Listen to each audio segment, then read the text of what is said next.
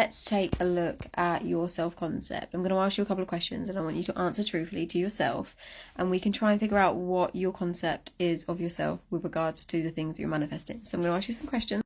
Do you think that you are someone that people like to be around, that people want to be around?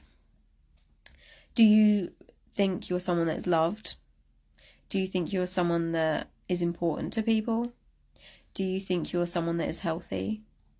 Do you think you're someone who really struggles? Do you think of yourself as someone who gets sick all the time? Do you think of yourself as someone that's never wanted, that always gets cheated on, that is ignored, that gets ghosted? These are the sort of questions you should be asking yourself to try and figure out what your concept is. Because, for example, you may have a good concept of like, I know I'm good enough, I know I deserve the best, I know I'm easy to love.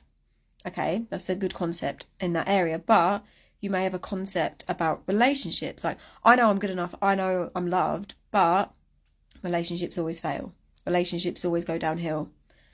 You know, you just got to look at these little aspects of things and see what you think about them, because it could be something, you could be like, well, I don't understand, because I'm affirming that, you know I'm wanted, I know I'm good enough, I know, I'm easy to love. But if you've got a belief that relationships always fail, then you may get that love, you may get that person wanting you and treating you like you're loved, but because you have a belief, assumption that relationships fail, that's what's going to end up playing out. This is why we always say, like, work on your self-concept, because you're basically just, I like to imagine it like little plants. Instead of picking the leaves or the top of the weed, you're digging in and you're getting the root out.